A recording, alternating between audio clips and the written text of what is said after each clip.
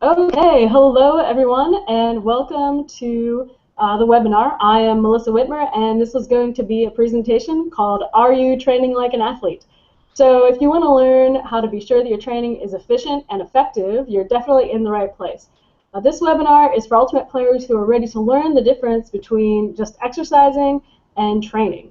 So I'm going to share with you today a lot of the principles that underlie the programming in the Ultimate Athlete Project. Now, in case you don't know me or don't know what I'm about, I'm the designer of the Ultimate Athlete Project, and the Ultimate Athlete Project is a complete training program that I designed specifically for Ultimate. And what makes the Ultimate Athlete Project unique is that it's really the only complete program that's designed for Ultimate. And so by complete, I mean two things. Number one, by complete, I mean it includes everything you need to get athletically prepared for Ultimate. So you've got strength training programs, programs that are going to enhance your power, conditioning, and also speed and agility stuff. So it's everything you need all in one place. The second meaning of complete is that it is a complete year-long program. So it's meant to take you from after your season through the off-season, into preseason, and then you've got in-season programming as well. So the Ultimate Athlete Project has a long-term plan in mind, and we're going to talk about why that's so important in this webinar. It's also why the Ultimate Athlete Project is only open at certain times of year. I don't want people in the Ultimate Athlete Project trying to just get in shape. This is not a quick get in shape program. It is a training program for athletes. Okay, so I'll tell you more about the Ultimate Athlete Project later, and I'll actually show you the inside of the Ultimate Athlete Project. But really, whether you decide to join the Ultimate Athlete Project or not, I want you to be able to use what you learned today to evaluate whether your training plan is as effective as it could be, it help you make your own training plans better, or help you feel confident if you decide to outsource your training plan to someone else. I want you to be able to evaluate a training plan based on its merits. So, again, this webinar is about training like an athlete versus training like a member of, the general populace. So it's all about efficiency, really. So if you're someone that doesn't have a lot of time to train, you want to be sure that you're efficient, so you're making the most of the training time you do have. Or maybe you're an elite level player and you're always looking for that extra little edge. And so a well thought out program that's done a little bit smarter than everyone else can give you that extra edge. Or maybe you're like me and you're getting a little older and you're starting to realize that if you want to keep up with all the younger players, you need to do something different. You need to do something better in order to keep up with everyone else. So, no matter what your story is, this webinar will help you to make your training plans more successful. And no matter what your story is, what you all have in common here today, I hope, is that you all want to become more athletic so that you can become better at Ultimate on the field than you currently are, and so that it's more fun for you. So the principles we'll talk about in this webinar will help you do all of that. And if you're committed to putting in the time, both in your training and in this webinar, I want to be sure that your time is being spent effectively. All right, so I'm really excited about this talk, but before we get started, I want to just stop a second and take care of some logistics. So if you have questions during the webinar, I want you to feel free to put those in the chat box. And I want you to meet my awesome assistant, Emma, here. This is Emma. Say hello, Emma. Hey everyone. I'm the customer service representative for the Ultimate Athlete Project. So if you're a part of the program, you'll probably have heard from me at least once before. All right, awesome. Thanks, Emma. All right, so Emma is going to be collecting questions from the chat box to ask at the end of the presentation. Now, this presentation is being recorded, so if you happen to be watching this presentation later as a recording, there may be a place on the webpage, wherever this video ends up, where you can leave a comment for me and I can answer you there. Or if you have comments or questions afterwards, you can always email me at melissa@ultiresults.com. That's M-E-L-I-S-S-A, my name, at ultiresults.com. That's U-L-T-Y results.com. And if you email me, I'll get back to your question as soon as I can. All right, and then, from the questions at the end, we're going to pick one lucky winner to win either a VIP pass to the IRCA 2014 conference that we had a few weeks ago, or you can choose to win a year-long membership of the Ultimate Athlete Project. So we will be doing that at the very end of the webinar, so you want to stay for that. Okay, so let's get started. I'm going to be sharing a slide presentation with you and talking the background, so just give me a minute to get that up and make sure I find the right thing. Oh, whoops. Yay, technology. Okay, whoops, I guess I need to. All right, so here we are at the beginning. This webinar is how to train like an athlete and why you're probably doing it wrong. Well, maybe not wrong, just maybe not as effectively as you could be. So in the strength and conditioning world, we have a term for people who come into the training facility who are there to get in a good workout. They want to look good, they want to stay active because they have a desk job or whatever. And these people we call Gen Pop. That's short for general population. So, nothing against Gen Pop, but if you are trying to train for athletic performance, you don't want to be on a Gen Pop program. You want to be on a program that is for athletes. Now, you don't need to be, training like an athlete is not about what you've already done on the ultimate field. It's about kind of your intention. So your emphasis is on performance. I just want to take a quick check here. Is everyone seeing what is on my screen? I'm getting a strange message from my laptop. I think it's okay, hopefully. So if you can hear and see, okay, everyone can hear and see okay, that'd be good. If you can put something in the chat box, let me know you can hear and see me okay, that's great. Anyway, like I was saying, being an athlete, training like an athlete is not necessarily about you being the best player in the world, but it's about your intention. Are you training with an emphasis on your athletic performance? Are you trying to develop speed, power, and functional strength? Are you training for results? That's what training like an athlete means. It's about your commitment and about keeping the end goal in mind. Whereas it's very different from someone who's a Gen Pop client. Their emphasis may be on aesthetics or training programs that are created for the general populace. The emphasis is often on aesthetics. It's often on fat loss, body composition, building muscle in your appearance. Or it's about working out versus training. It's about exercising and feeling good. There's nothing wrong with any of those goals, but the emphasis is slightly different. So we want to put you more towards the training like an athlete side of things. Okay, so why should I care and why should I train like an athlete? Like I said, nothing wrong with having the same goals as Gen Pop, but why should you put in the effort to train like an athlete? Well, you're going to get a lot better results.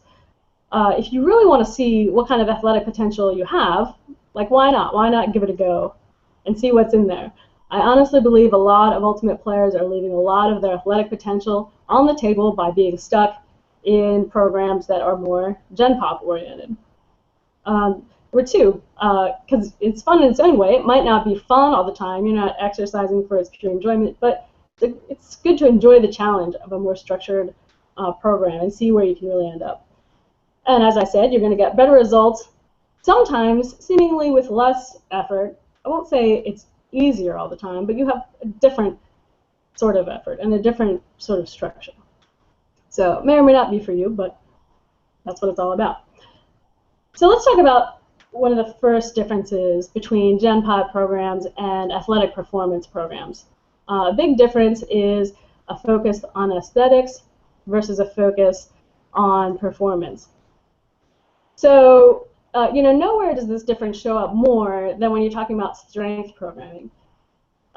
Gen Fitness or programs for aesthetics usually fall into two general trends when it comes to strength training. On the one hand, you're going to have some sort of like bodybuilding type programs where the goal is to increase muscle mass. Bodybuilding programs use a lot of isolation exercises. So for example, you're using a bicep curl, make your biceps bigger, look better. That's an example of an isolation exercise. Now, what you want as an athlete is you want something that's more about functional strength. Oh, actually, I want to talk about this last point before we go into the details of that. Let's answer this big question at the bottom. Why should I care about strength training anyway? Well, I feel like, in my travels all over the world, I feel like there are a lot of Ultimate players that just are not even in the weight room at all. And so before we can talk about what type of strength training you should be doing, I want to talk about why Ultimate players are not currently strength training. I think many players understand this first point, that strength is an important precursor to developing power. And so I think that people know that it's going to contribute to their being able to run faster and jump higher. Well, if you don't know, now you do. There is a strong correlation between between an athlete's maximum squat and their vertical jumping ability. Now, that doesn't mean that we want to train exactly just or only for our max squat, and that's the only thing we're going to do to try to increase our vertical jump. But it does mean there is an important correlation there, and that strength training is really important. Now, the second point, I think, is something that most Ultimate players underestimate, which is the contribution of strength training to endurance training. I feel like Ultimate players get really hung up on this idea of wanting to be able to run forever, being worried about being tired in a long point, or thinking about the fact that Ultimate is played tournament style in most places in the US. You have several games in a row, and it's hard to last that long. And so I think for that reason, Ultimate players tend to want to do endurance training, whether that's steady state endurance or running sprint repeats. And those things have their place. But I think if Ultimate players truly understood the role of strength training to how it would make them feel at the end of a long day, I think more players would do it. So kind of a good example of how strength training contributes to endurance is a study that was done of elite middle distance runners.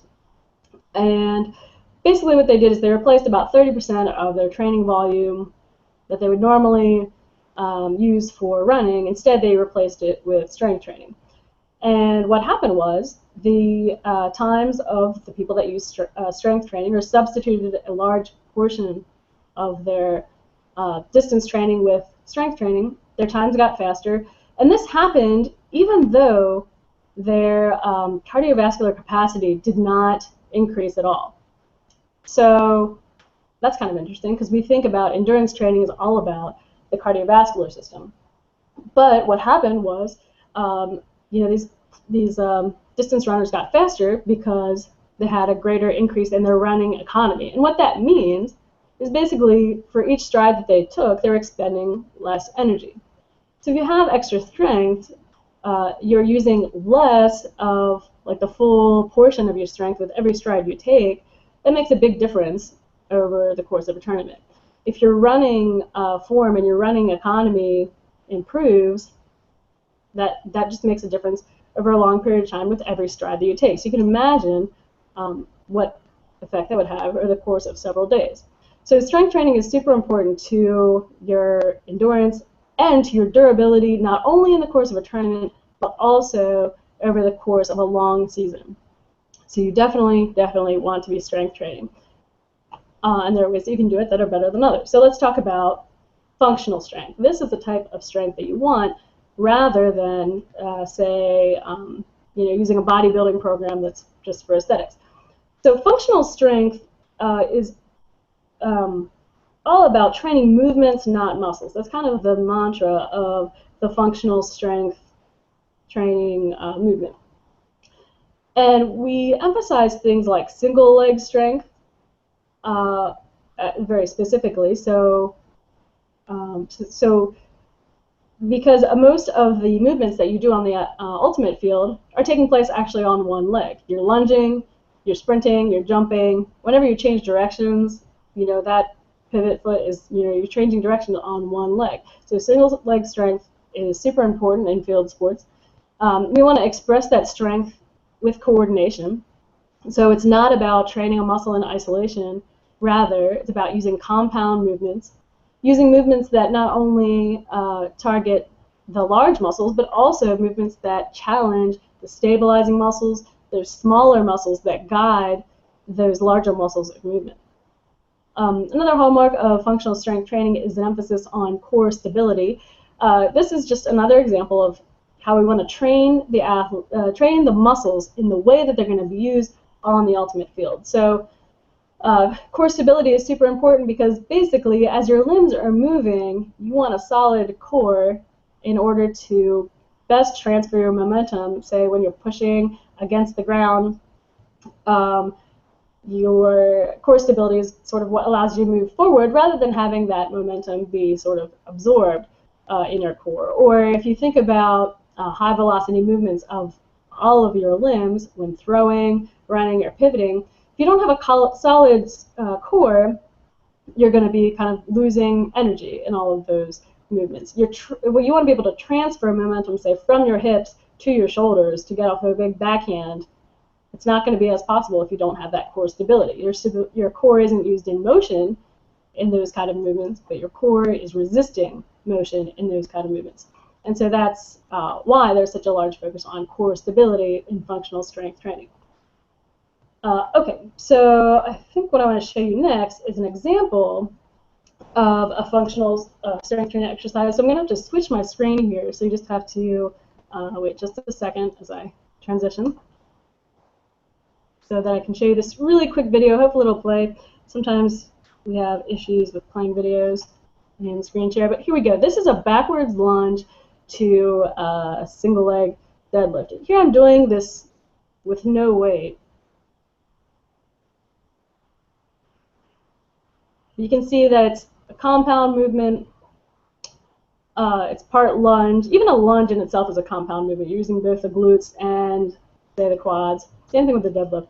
But here I'm kind of putting them all together. So this movement here requires a lot of balance and body control.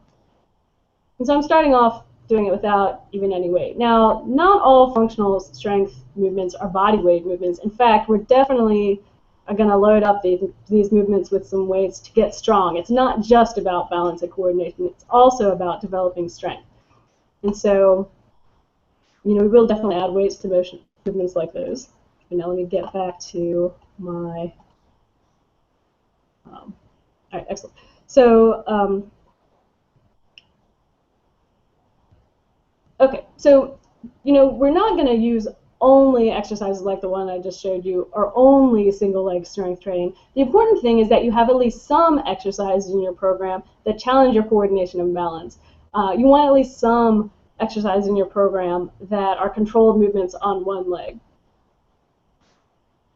Okay, so in the Ultimate Athlete Project, we use all kinds of exercises. We use some double leg, some single leg, some traditional exercises like bench press. Sometimes we challenge core stability by just doing a bench press with, say, one arm instead of two, things like that. So there's a lot of movements that you're going to choose, and you want to choose movements that will have the greatest carryover to your on-field performance. This doesn't mean that the movements look exactly like what you're going to do on the ultimate field, but they're going to have a better tendency to carry over than things like a bicep curl. Okay, now the other strain of a Gen Pop sort of strength program would be something like circuit training. Okay. Oh, whoops, let me see. All right, well, I'll just talk for a second. Okay. And while circuit training is good for some purposes, it's not really going to be the best thing at building strength. So the main reason that circuit training is used in Gen Pop programs is because it does a good job of improving body composition, or what that means is it does a good job of burning fat, while at the same time it does a decent job of maintaining muscle. So, but circuit training isn't good for everything. It's not good at building large reserves of strength. It's not going to make you a more powerful athlete. And really, it's best to think of circuit training as more of a conditioning workout rather than a real strength workout. So how do you actually want to build strength? This is a topic that could easily be covered in its own webinar, but here are some kind of general guidelines. In general, when you want to build strength, you want to be more on the low rep heavy weights in order to get pure strength. That doesn't mean that's the only type of training you're going to do. If you want to build functional strength, you're going to have some exercises and some phases that focus on really developing pure max strength. But you're also going to have some other things too. So your sets, your reps, your exercises, they're going to vary throughout the year in order to have a complete strength profile. You also want to develop power, so you want to have some speed lifts. That might be Olympic lifting derivatives. Maybe you're going to do some med ball throws. Maybe you're going to do some plyometrics. You're going to have some things in your program that's going to help you translate that strength into power, because power is really what you're going for when you're doing strength training. You might also sometimes use circuit training. Maybe you'll do circuit training to develop strength endurance, or you might do 8 to 10 rep schemes with little rest in between, or there's other things you can do. So part of strength training is developing strength endurance. You just don't want it to be the primary or all the time focus of your strength training program.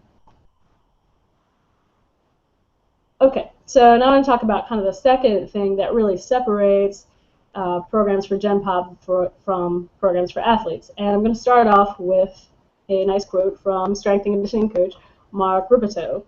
He says, capital T training is the process of driving physical adaptation in a specific direction for a specific purpose, while capital E exercise is what we do for the way it makes us feel today, before, during, and after a workout itself. For most people, housewives, car salesmen, fat people, the dull and the torpid, exercise is enough. It's better than sitting on your butt. But at some point, some of these people will graduate to training, and when this happens, planning must occur. There's 2 points in here that I want to talk about what we feel. This is what I think gets people stuck in Gen fitness programs, because exercise, some forms of exercise we can really feel, and they feel good, or it feels euphoric when you're done. You feel like you've deserved a reward afterwards. You can tell that you put in the effort. The second point I want to talk about is planning. Planning must occur. So we're going to talk both those things. All right, first, how does it make us feel? This is a super important thing, like I said, because I think it's the biggest reason ultimate players get themselves stuck in these general fitness or Gen Pop programs. If you get stuck in those, you're going to eventually plateau. So beyond once you get a basic required level of fitness, the most important training you do is to lead to adaptations in the nervous system. In order to increase your agility, you need coordination and speed. And this has to do with how many muscle fibers your nervous system can recruit and how quickly it can recruit them. Can it recruit them in a coordinated way to drive the body in the direction it wants to go? That's all nervous system stuff. That type of training is different than metabolic training or cardiovascular training. So, when you're working primarily with your cardiovascular system, you can feel that because you're breathing harder, your heart rate is increasing a lot. You can tell when you're kind of like doing a good job when you're doing that type of training. But when you're training when you're training the nervous system, you can't really tell if you're doing a good job. I mean, you want to be focused so that you can try to do like a max height jump and make sure that you're getting the most out of your training, but you just don't feel it in the same way. And so at the end of a type of training that's targeting athletic qualities like pure speed or pure max jumping ability, you might not feel like you've gotten a good workout in. It's just hard to tell. And I think this is why many ultimate players find it difficult to do those types of workouts. They just don't seem as hard, and so it seems like it couldn't possibly be what you need. But in fact, that's the opposite. This type of training is what's most important to increasing your overall athletic abilities on the ultimate field. Okay, so hopefully that makes sense. All right, now the next part, planning. All right, this also could be its own webinar. Planning really is one of the most difficult aspects of it. It's difficult to design a training program because you want to have a long-term plan. And in this long-term plan, in order to get the best results, you want to you need to have everything in the right order in order to kind of be most efficient. So in general fitness programming, most of the progress is made by, say, adding some volume or sometimes some progressions of exercises rather than having a long-term plan. So in our planning, what we're going to do, which is different than Gen Fitness programs, is we're going to have an emphasis on only one or two athletic qualities at a time. So, in the Gen Fitness program, you might try to do everything all at once. So you want some strength, you want some speed, you want some of this, some of that. And that works for a while, but it's going to make you plateau really quickly. So if you're going to do long-term planning, you unfortunately have to accept that not all of your athletic qualities are going to improve at the same time. So for instance, if you have a phase where you really are working on increasing your strength, your cardiovascular system may suffer because those two goals are counter to one another. If you can't accept that, then you're going to get stuck going back to Gen Fitness program where you're trying to do everything sort of all at once. And that just is not as effective. So you have to be okay with watching some of your athleticism in some areas decline while you improve others. And then over the long term, as you cycle between your different athletic qualities that you're working on, over the long term is when you're going to get much better results than if you just try to sort of kind of improve everything all at once. So it does require long-term planning because you want one athletic quality to really build upon another, like building blocks. Here are some common errors in scheduling that are going to help you understand this better. So thinking more is better is a big problem. This is a problem, within a workout. It's a problem, over long-term planning. If you don't get enough rest in a week, you're not going to get those adaptations that you want. If you don't get enough rest over a few months, you're going to be at an increased risk of injury if your body can't kind of recover and keep up with any kind of micro injuries it's getting. So this is a big problem because I feel like ultimate players have a tendency to be a little bit masochistic. I mean, why else would we play ultimate frisbee in tournament style, doing 4 games in a day? That's a bit ridiculous. So we are just the kind of people that think more is better and more is kind of more fun in some sort of ways. Nothing wrong with that. You can play tournaments totally fine as long as you are, making sure that you are prepared. But your training cannot be, at tournament volumes all the time. Another error in scheduling is attempting to improve on contradictory athletic qualities at the same time. So an example of that, again, is trying to improve, say, both your cardiovascular endurance at the same time that you're trying to improve your power output. That's not really going to work very well. If you want to improve your speed at the same time that you improve your vertical jump, those things go together because those are both basically about power. If you want to improve your cardiovascular endurance and your strength endurance sort of at the same time, those can go together.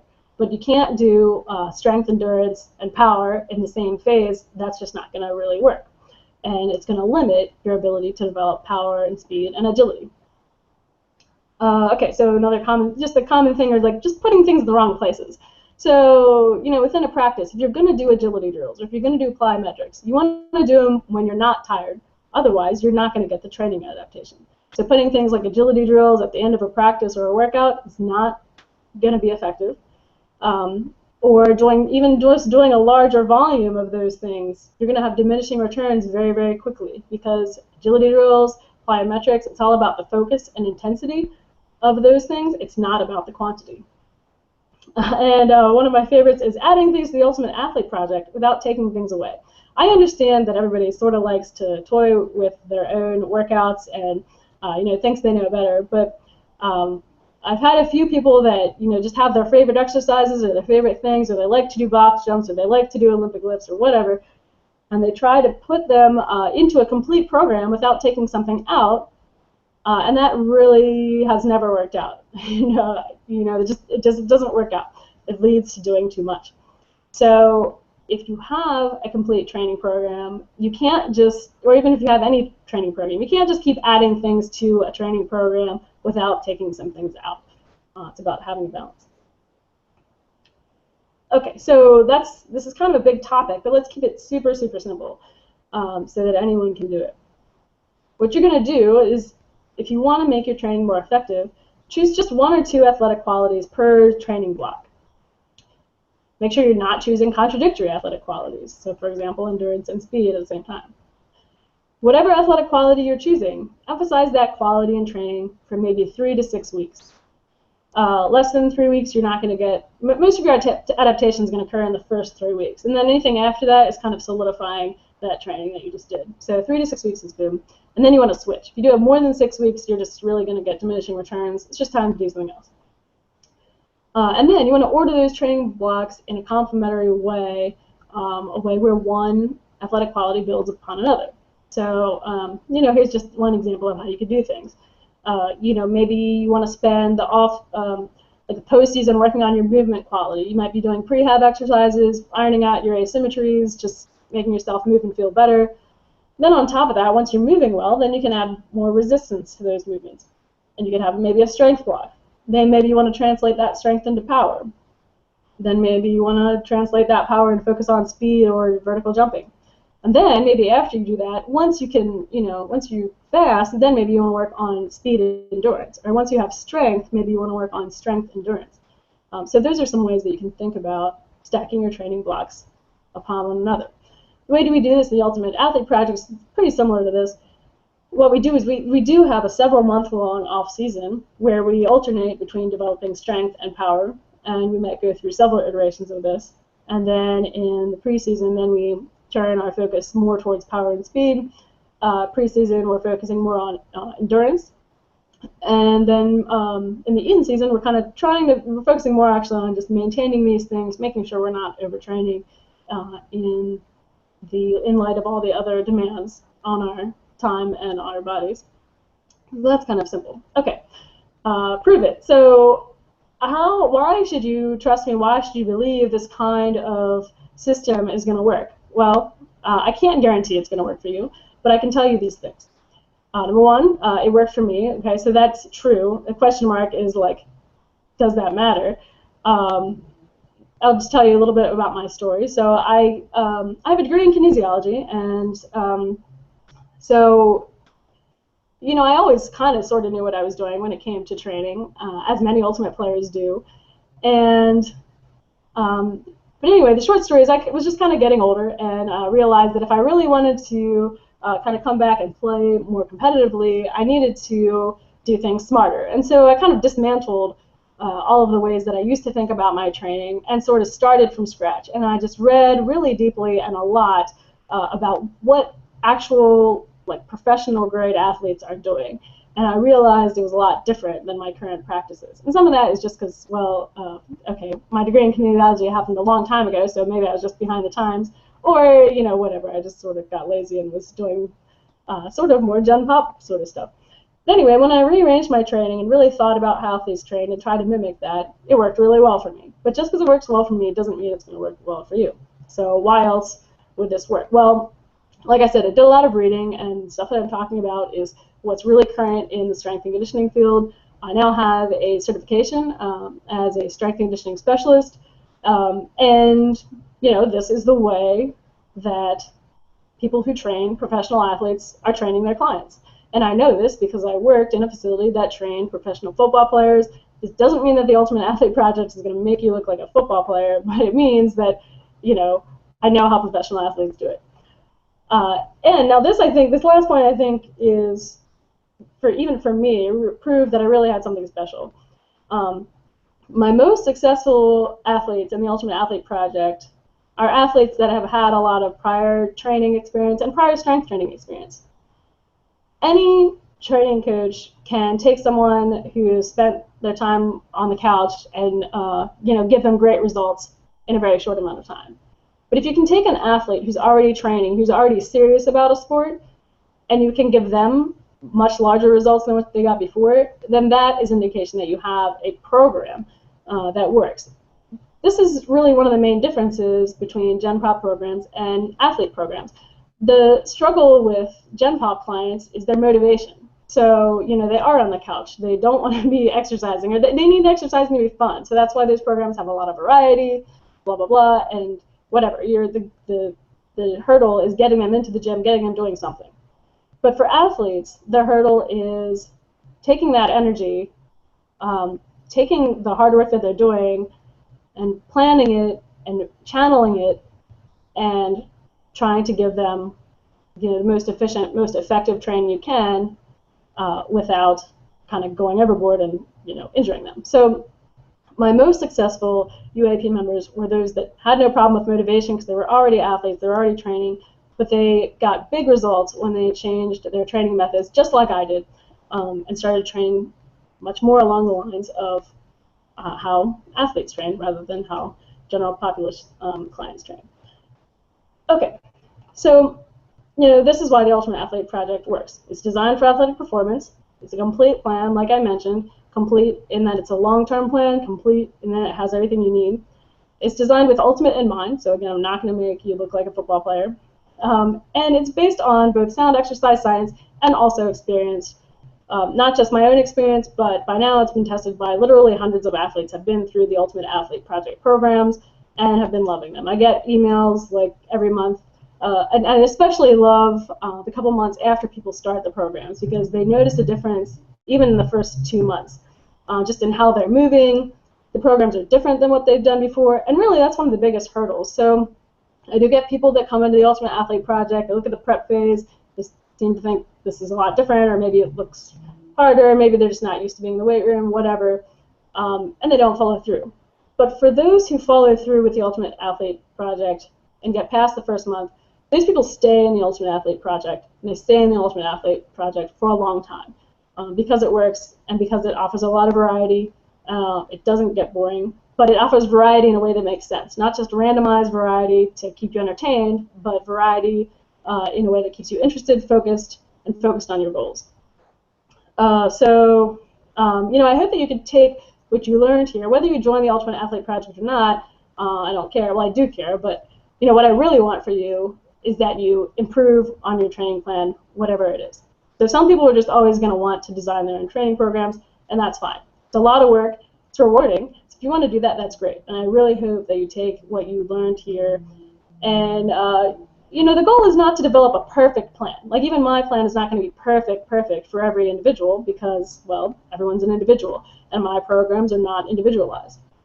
But the question you should ask yourself is not, can you create the perfect plan? But can you have a plan? Can you find a plan or make a plan or join the Ultimate Athlete Project and have a plan that's better than what you've done before? Just work on making progress. So I hope you take what you learned today and are able to do that.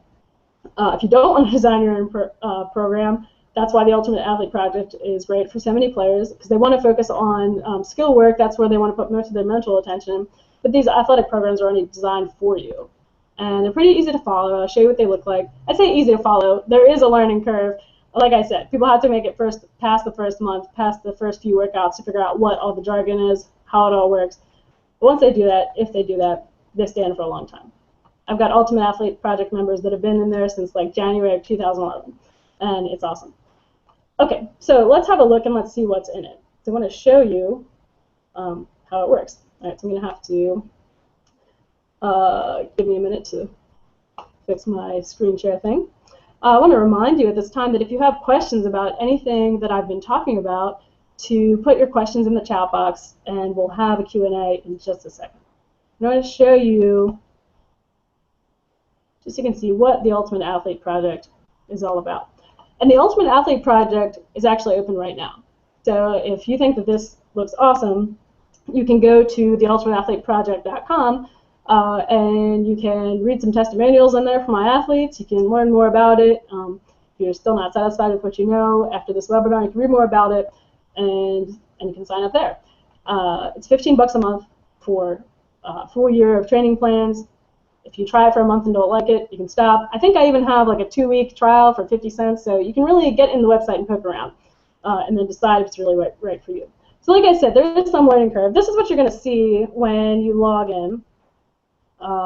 You're going to sign up, you're going to have your own little dashboard here, and then you're going to see kind of a list of training programs. Now, you won't see everything that I have on my screen when you sign up, because every month you're going to have a new phase of training revealed to you as you go. So you have your choice of up to 6 phases of off-season planning, 3 phases of preseason planning, and 3 phases of in-season planning. But here's what the training programs actually look like.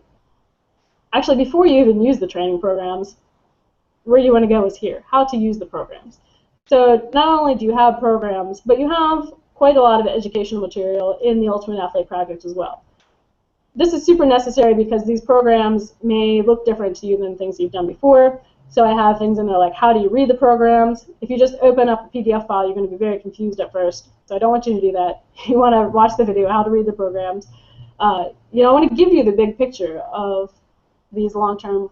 Whoa, what's happening? Something's happening to my computer. All right, sorry. So anyway, you want to have. It's going to show you the big picture, what the long-term training plan is, how to choose weights. That's a common question, so I made a video for it. What all the terminology means.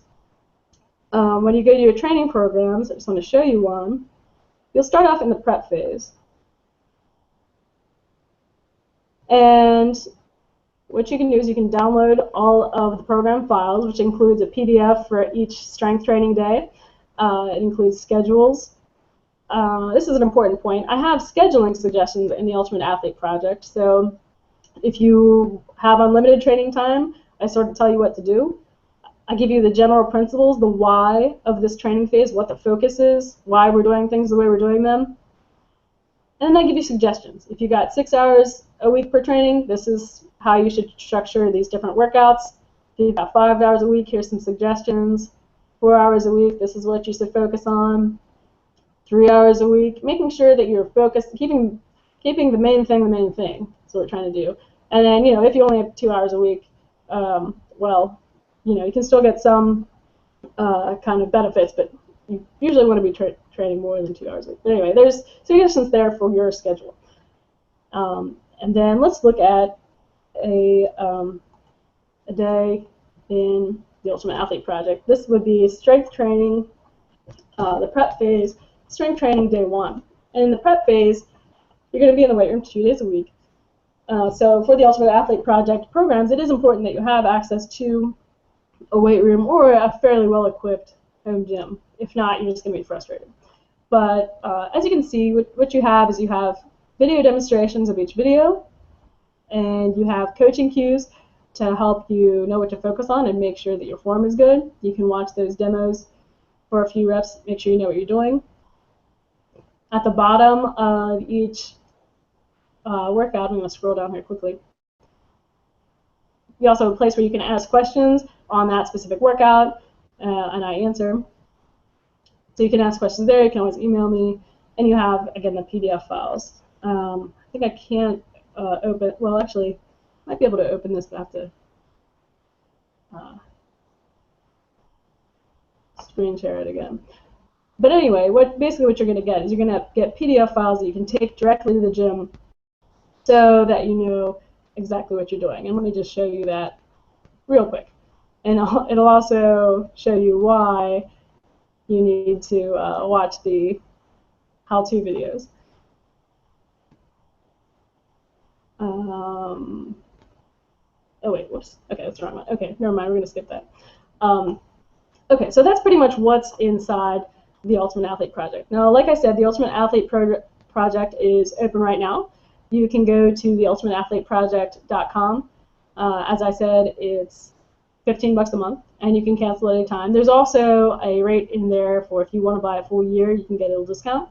And yeah, so I guess that pretty much wraps it up. I hope that you do decide to join me for the Ultimate Athlete Project. We've got, I don't know how many members we have currently, but I think there's maybe around 200 members in there so far.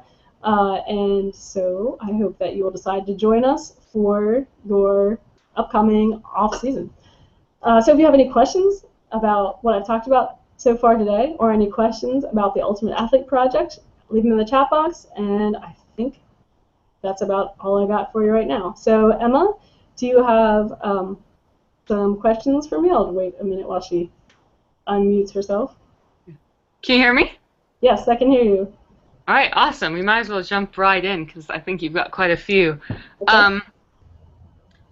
So one of the questions is from Kevin, and he's asking, I've heard from many people that you should work your core every day, but your core is similar to any other muscle group in that you should give your muscles some recovery time. So which is your preferred strategy? What do you think about exercising your core? Okay, so the core is a little different than some of your other muscle groups. So the way your core is different is that it is more of an endurance muscle. So even within the body, uh, well, so I think everyone knows that different people have different distributions of what we call fast twitch muscle fibers and slow twitch muscle fibers. The slow twitch muscle fibers are those that are associated with endurance activity.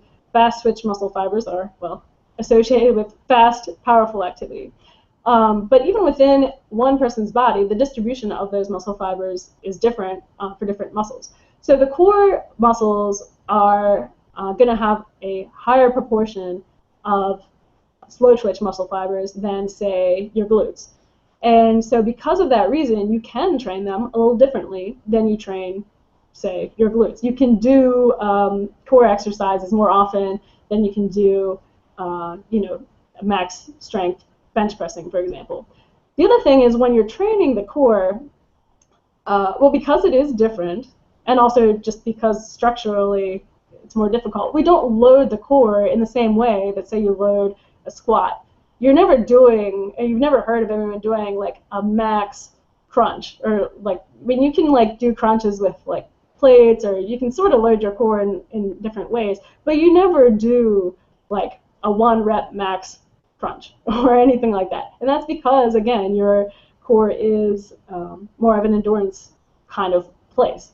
So you can train it every day. I wouldn't necessarily train it like every day, but if you did, you wouldn't have the same detriment that you would if you tried to train your quads every day, or if you tried to bench press every day. It wouldn't be the same thing. So it's a little different. So which do I do? I train it pretty frequently. One of the things I say, for those who have more time, is that you can always spend more time on your core. It's not going to be detrimental. But in general, the minimum is like twice a week. Probably 3 times a week is better. So yeah, it is a little different from the other muscle groups. Great question. And in reference to, you had mentioned the study with middle distance runners earlier on in your presentation. So Bradley was asking, so what is, in your opinion, the longest distance you should run in training? Okay, good question. So my thought process about long distance running is still in flux. In general, I still believe that should never be the focus of your endurance training. At the same time, I certainly know triathletes who are still plenty explosive. So I can't say it's always going to be terrible for you, because I can see examples to the contrary. I do think long distance running does possibly have a place as a recovery workout every now and then. But as a focus of increasing your cardiovascular system or developing your endurance, I think it is much more effective to focus on things that are more sport specific. And the way you make those things sport specific is 2 ways. 1, you want to think about your time intervals. 2, you want to think about the types of movements that you're doing on the field.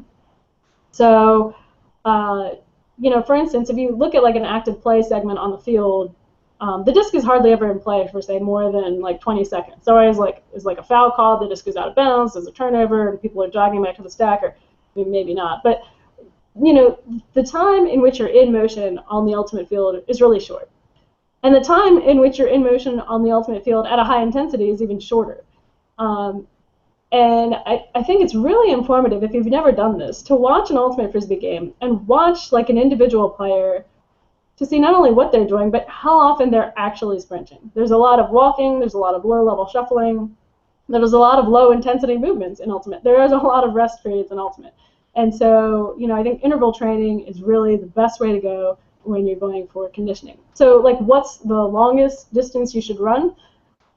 If you're going for sports specificity, I don't really think that you need to be running any longer than 100 yards at a time, because the time that you're going to be executing that sprint and the time that you're going to be active on the ultimate field, it's never going to be any longer than that. You don't ever run a 70-yard sprint down the ultimate field and then 7 yards back. So if you're going for sport specificity, there's no real need to do that. I hope that answers the question. Yeah, no, I think that answers it very, very thoroughly. So Deirdre has a question about high school teams and so if it's a new team and there's a mix of athletic experience and ability, do you do this kind of training as part of an ultimate team practice, or do you put a hold on conditioning sessions? Okay, so, oh wait, sorry, can you repeat the question? Do I do this type of training as in the, sorry, Yeah, so if you're imagining a high school team, would you okay. do this kind of training as part of a team practice, or would you put a hold on conditioning sessions? Okay, so if I'm talking about off-season training, I don't know if I'd put a hold on conditioning sessions completely. Like I said, you might want to do something like once a week to sort of maintain things, but your focus is not on the conditioning. If your focus is going to be on the strength training, keep the focus on the strength training.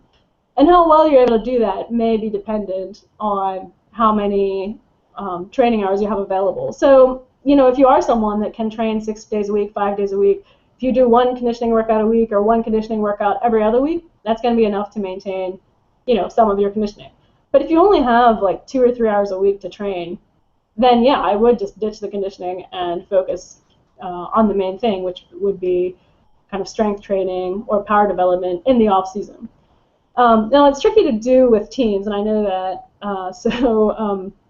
The Ultimate Athlete Project. I have high school athletes in the Ultimate Athlete Project. I have college athletes in the Ultimate Athlete Project. I also have tons of club players.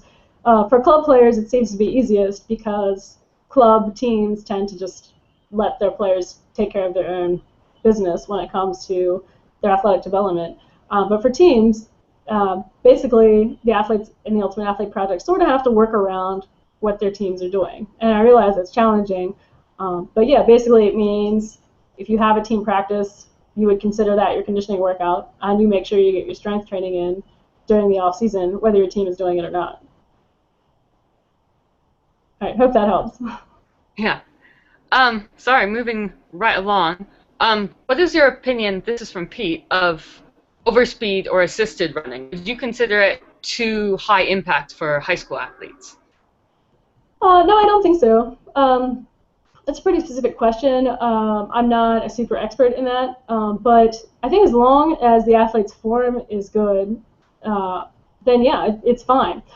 One of the errors that occurs when people try to do, like if you're doing something with like bands and using that for assisted speed training, sometimes what will happen is um, if if the athlete is not really, either they're not instructed well or they're not feeling confident in their ability to slow down, what happens is they'll actually kind of try to slow themselves down to kind of resist the pull forward of a band, if that's what you're using as a tool.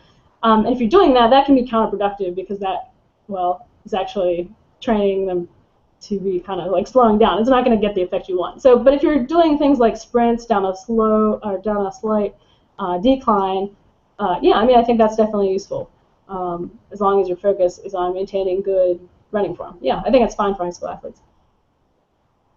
Awesome.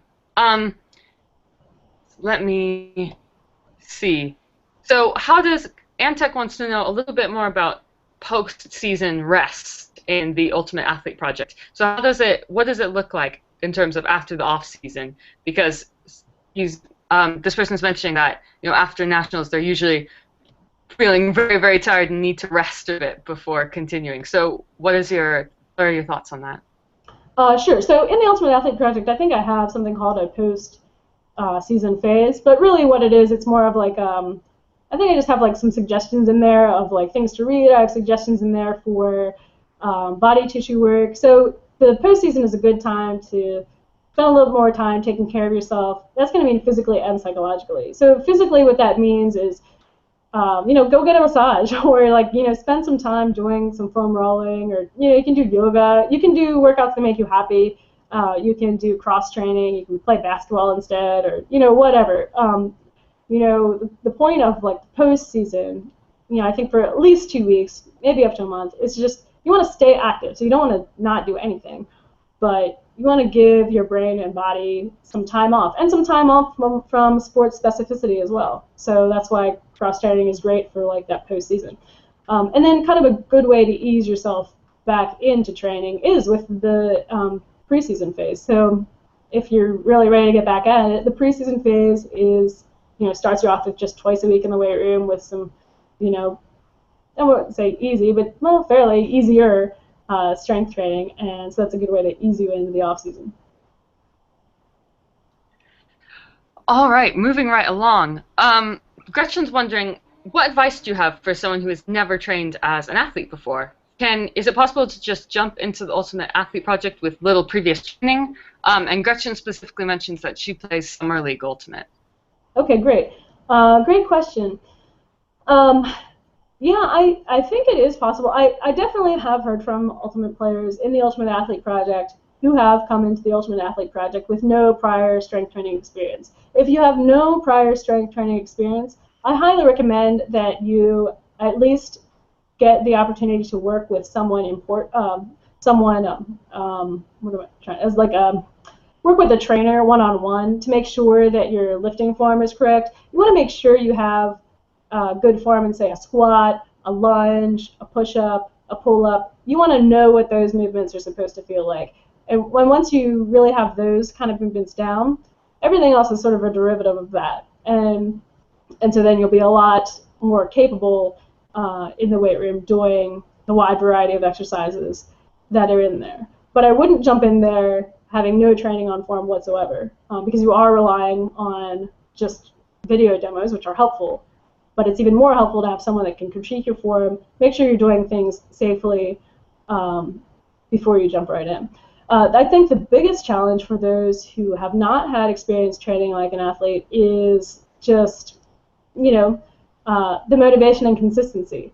It is a different mindset, but I think, I'd challenge you to just try it for 6 weeks, 8 weeks. I mean, maybe you're not sure you're ready to commit to a whole off-season training plan. It might seem like crazy amounts of work compared to what you're currently doing.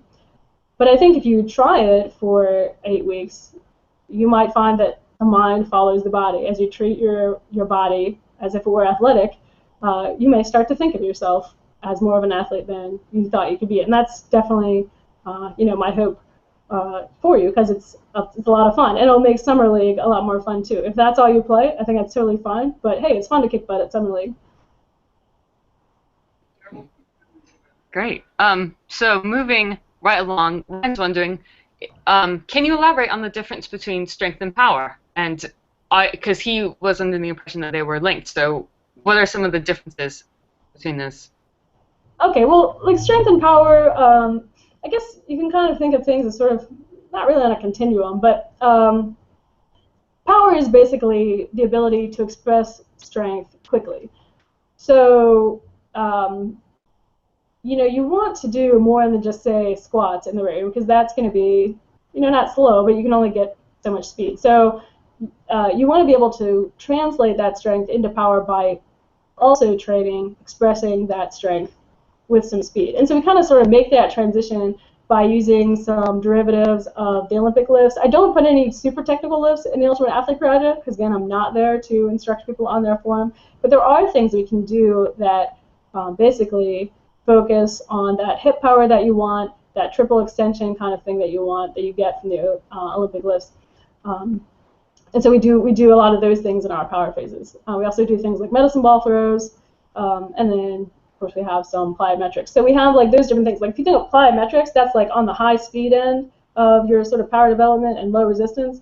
And then if you have things like, say you're doing jump squats, that's kind of like, I mean, it's still pretty high speed. Then you have things like maybe you're doing squats with an emphasis on, really lifting the bar as quickly as possible and being slower in the lowering phase. These are all kind of like on a continuum of how fast you're expressing that strength. In general, you have a certain amount of strength, and then as you kind of try to get more speed, you sort of decrease the resistance and then focus on expressing your strength as quickly as possible. This sounds like a meandering response, but I hope the basic thing is power is just expressing strength quickly. Great. That really helps clarify, and especially exactly how you phrased it at the end is a really good cue for me, at least.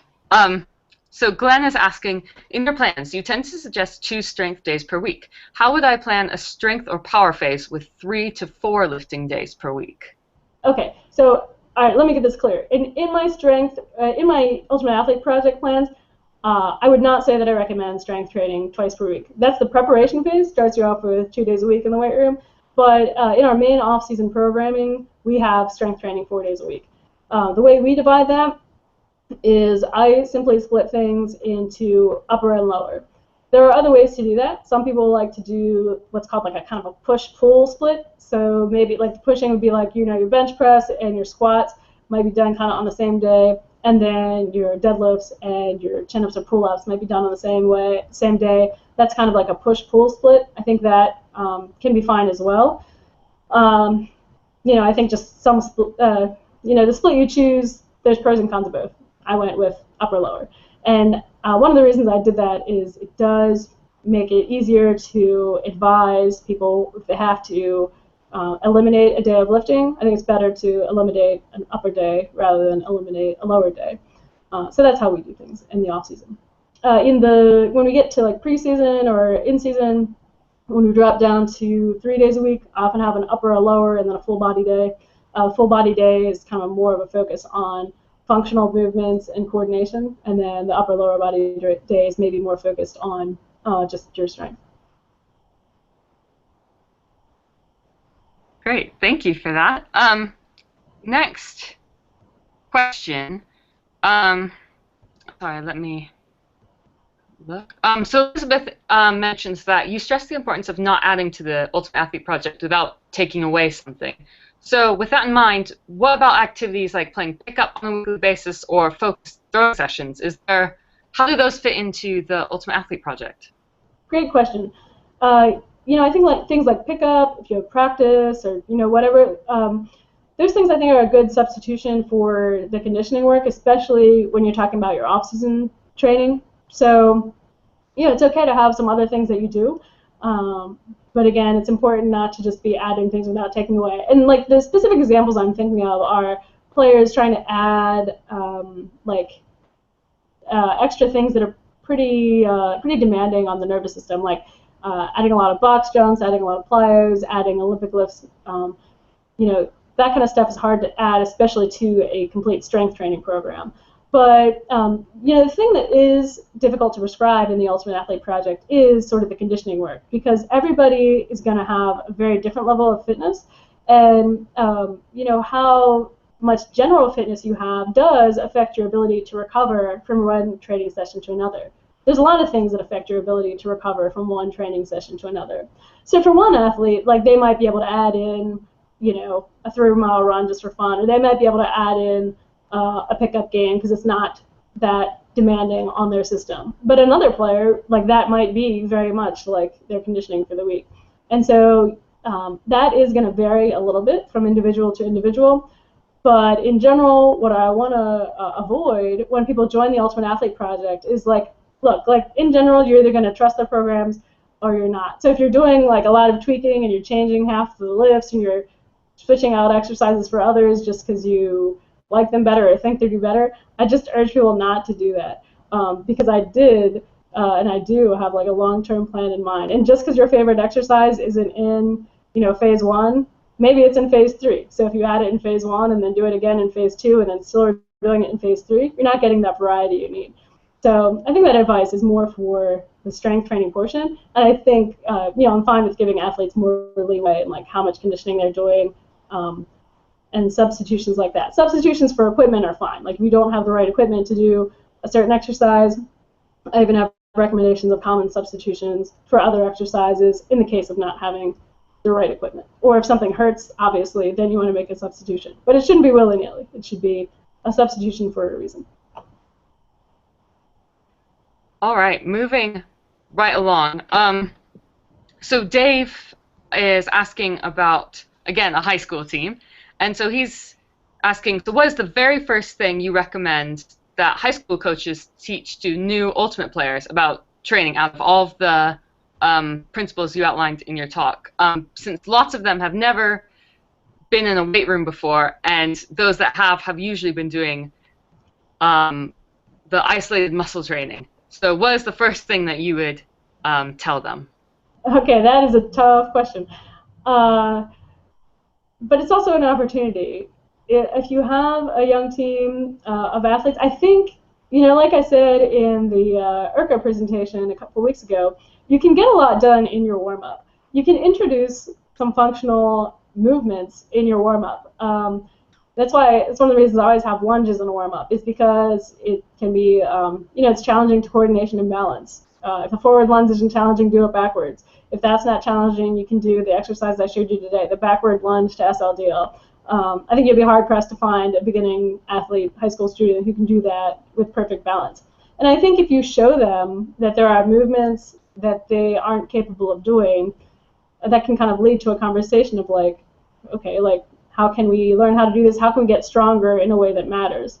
I think that's a process of education that's not easy, especially with young kids. And I think as far as the weight room is concerned, I think that's going to vary a lot from high school to high school with what kind of resources you have available.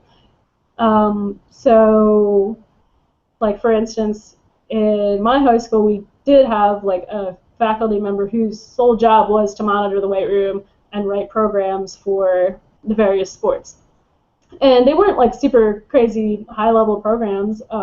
They weren't, they weren't nearly as, say, like organized or all-encompassing as the Ultimate Athlete Project, but they were solid programs with solid movements, just getting kids familiar with being in the weight room, which I think is extraordinarily important if you're coaching a girls' team as well.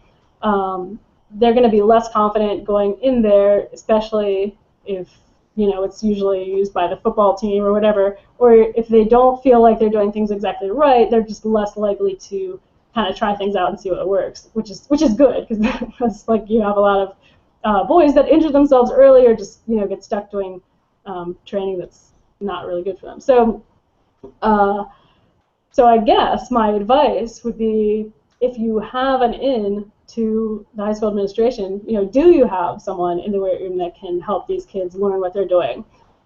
Can you rent out the weight room for a session and have either yourself or bring in someone from the outside, just a personal trainer, even just someone that can show them how to do a weighted lunge or some basic movements? If you have someone that can teach them that would be great. Start them off on a simple program. It doesn't have to be super fancy. I'd say just like the sooner you can get them comfortable and you doing some functional strength training movements, the better it'll be for them over the long term of their athletic career, especially if you coach a girls team. Great, thanks, Melissa. So Blake is wondering, so how does the Ultimate Athlete Project fit in with what a club team is doing each week? So he says, our season recently came to an end, so I have the off season to train as I wish. Once the season starts again, how will this pair with what my captains decide we should do at our practices? All right, again, great question. And this is a question that every player has to ask, because every player has a team, right? But as a club player, you just said it. Like, you have the off season to do whatever you want. Take full advantage of that and do what you want. Like, do a good off-season program, develop your strength and power, and get yourself ready so that when you start the season, whatever your team decides to do, you have the work capacity to handle it, you have the strength and power to handle it. It depends on what kind of team you're on. Some teams have better ideas of how to do their training than others. But that's just a reality of life. Like, you can do some things to sort of try to influence what your team is doing through education. But yeah, I mean, it's just a reality of every athlete. You're going to be forced to do some things that you think might not be ideal for you, but you have to sacrifice that because you are part of a team. And so, I think an important skill there is listening to your body, making sure you're not doing too much.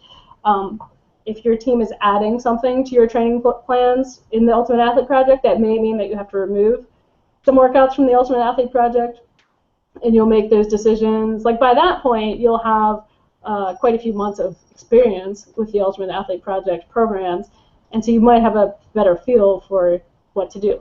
You can also always email me for advice about that sort of things. The most common email questions I get in the Ultimate Athlete Project are about scheduling. So, what do I do if a tournament's coming up? I need to schedule around that. What do I do if my team's doing X, Y, Z? what did I take out? These questions you can always email me and ask you if you don't feel confident making those decisions when the time comes. In general, for the in-season programs, like whenever you feel like your time with your team, the practices, the team trainings that you do, whenever you feel like that's getting too much to handle in conjunction with UAP programs, that's pretty much when you switch to the UAP in-season programs. The in-season programs, you're only in the weight room twice a week, everything's lower volume, and it's meant so these other encroaching demands don't overwhelm your system. So that's sort of how we do. All right, moving right along. And this is another question from Blake, and also one that Nadav has mentioned as well, which is, so it says on the website that the current opening is great for college European and semi-pro players. Will there be an opening soon that would be a better start point for a focus on club season? And then with that, Nadav is asking about the calendar that the seasons work towards, and so basically how can it translate internationally? Right.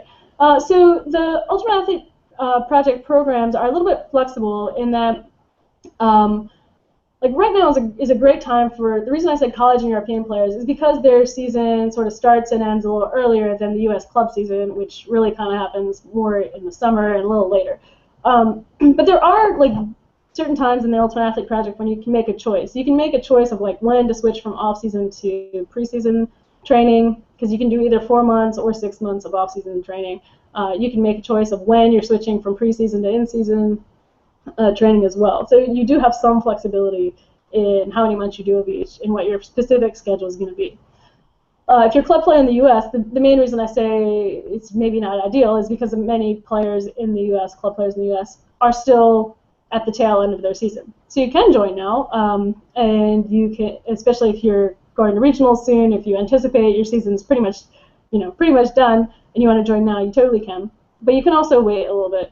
There will be another opening of the Ultimate Athlete Project in October, and that opening, by that time, all of the club players in the U.S. will be done because nationals will be over, and so that's an ideal time for club players in the U.S. to sign up. There's still plenty of off-season left, and that would be kind of like the last opening that I would recommend for college players and European and semi-pro players whose seasons sort of really get going kind of in like the April-May area. So does that answer the question?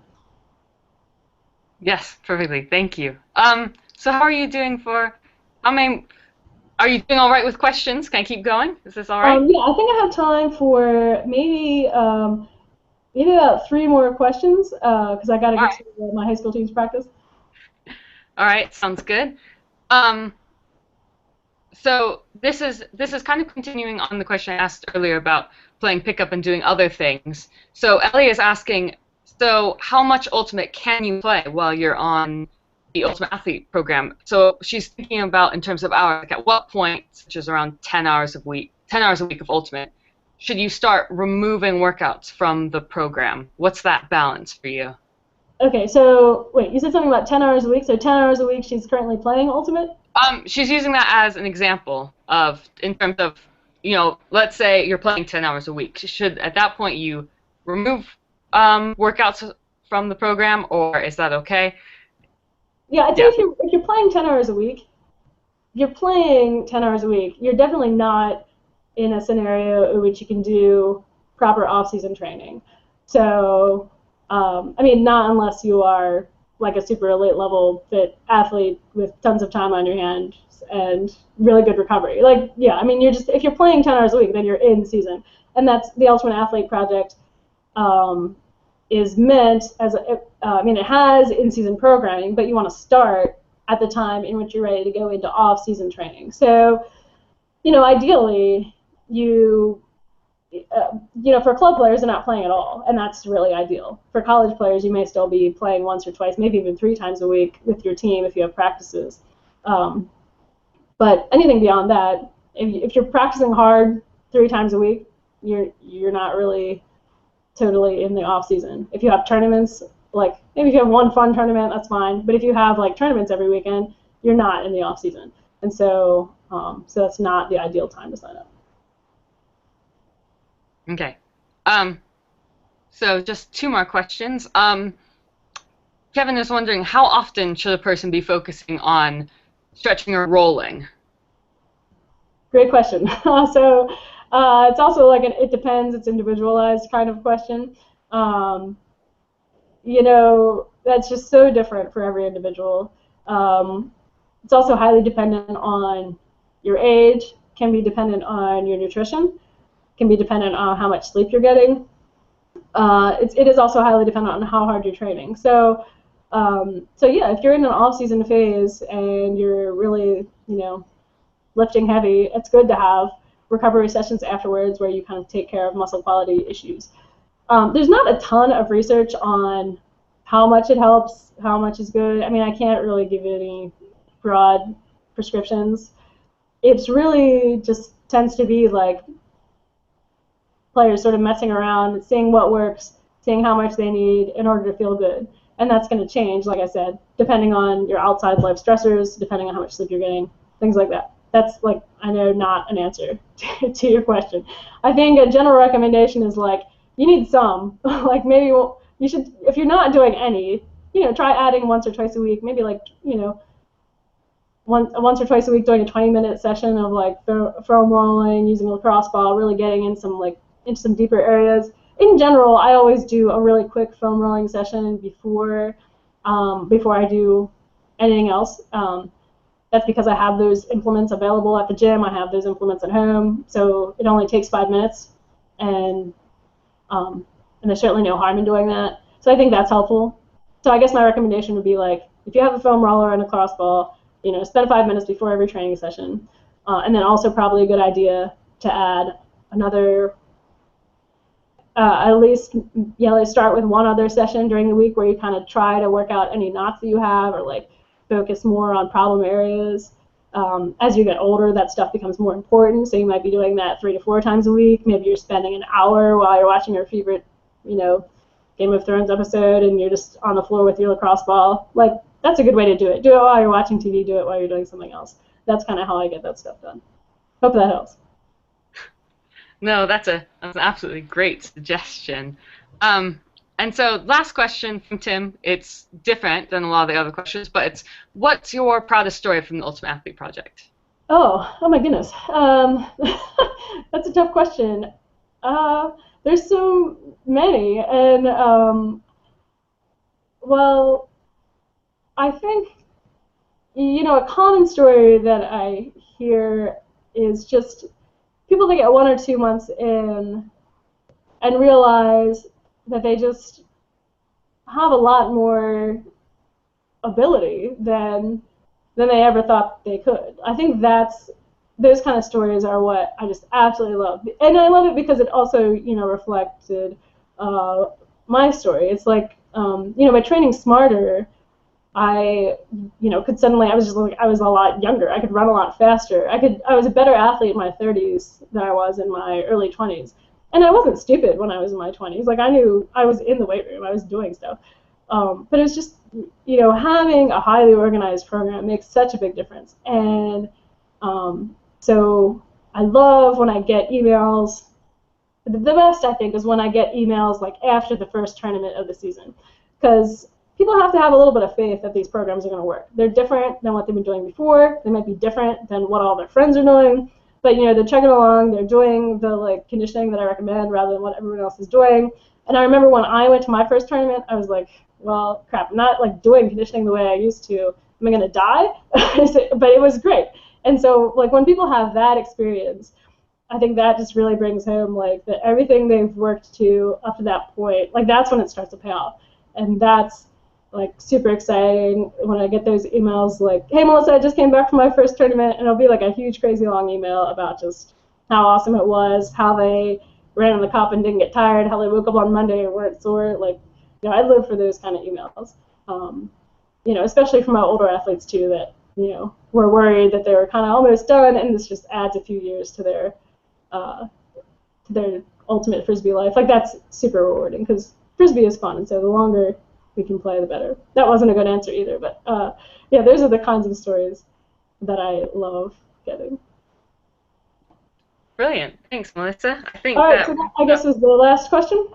Yeah, that was our last question. All right, so then I guess I should announce the winner is Blake. Blake, you are the winner of your choice of either a VIP pass to the ARCA conference, where you'll get recordings of like 16 different talks from awesome speakers all over the world, or you can choose a year-long worth of training in the Ultimate Athlete Project.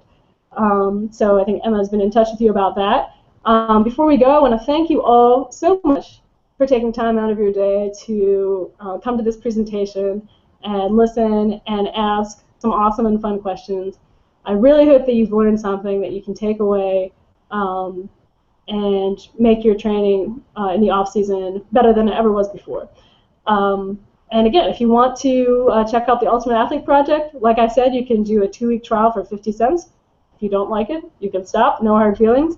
And if you do like it, you can get going. It's $15 a month for as long as you want it, and you can cancel totally at any time. If you join the Ultimate Athlete Project, and have any issues or other questions, you can also email Emma.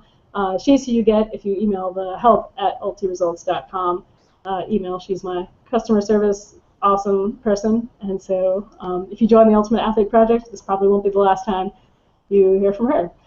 So, okay, I think that's it. Like I said, I got to get on my bike and get over to the high school to join my kids for their practice. We're working on dump resets today. Should be a good day. So, thanks again, everyone, for coming. And I don't know, see y'all online soon, I hope.